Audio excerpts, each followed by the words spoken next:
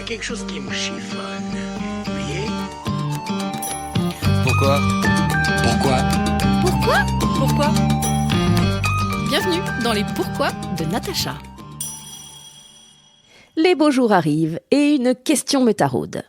Pourquoi certains moustiques piquent-ils et pas d'autres? Eh bien, les moustiques suceurs de sang sont toutes des femelles. Leur motivation? La reproduction. Pour faire simple, enceintes, si on peut dire, elles ont besoin de sources de protéines pour développer leurs œufs. Notre sang n'est pas leur aliment, mais le carburant indispensable pour faire pousser leur progéniture. Quel bel instinct maternel! Sauf que nos peaux exposées vont beaucoup moins apprécier. Surtout si l'on est piqué par un moustique tigre, qui peut transmettre des bactéries, des parasites ou des virus comme la dengue, le chikungunya et le Zika. Vous savez comment il serait arrivé en Europe? Eh bien, dans une cargaison de pneus par accident. Contrairement à ses cousins qui font un bzzz insupportable, la femelle moustique tigre est silencieuse et préfère le jour pour planter sa trompe à la recherche d'un vaisseau sanguin. Elle injectera alors de la salive contenant des substances anesthésiantes et anticoagulantes qui provoqueront ensuite des irritations. Vous savez, ces petits boutons. Une fois rassasiée des protéines de notre sang, la femelle ira pondre dans l'eau stagnante. Elle adore. Et non, les moustiques tigres, comme d'autres, ne vivent pas uniquement dans les îles lointaines sous des climats tropicaux. En France, le moustique tigre est aussi un urbain, répertorié dans 78 départements, avec une préférence pour l'Île-de-France et le sud de l'Hexagone. Alors pour les autorités sanitaires, le bracelet anti-insectes, les huiles essentielles, les appareils à ultrasons ou encore les vêtements imprégnés d'insecticides ne servent pas à grand-chose. Vous saviez pourquoi certains d'entre nous sont plus appétissants que d'autres pour les moustiques?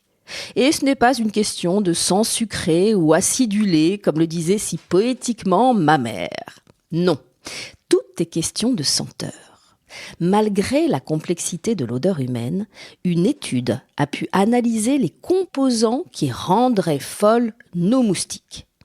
Parmi eux, l'acide carboxylique, un acide gras dans la sueur humaine, dont l'odeur peut faire penser à du beurre ou du fromage périmé.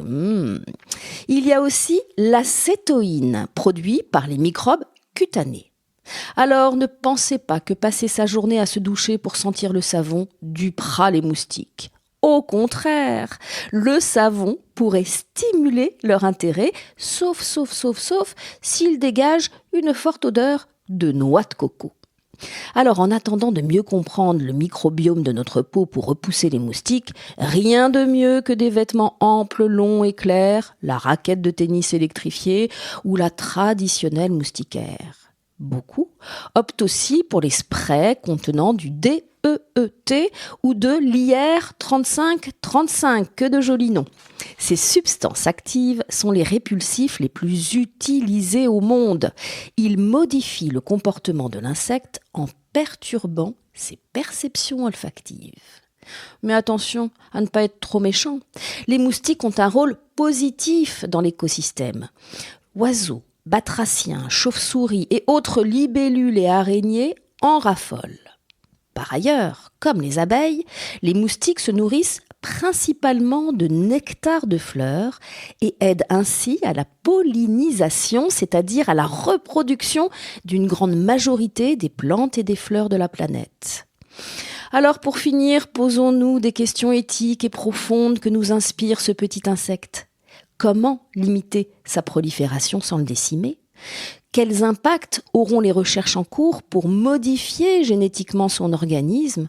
Et par-dessus tout, qui sommes-nous pour transformer irrémédiablement la nature ? Allez, je vous laisse sur ces belles questions éthiques et je vous donne rendez-vous pour de nouveaux pourquoi.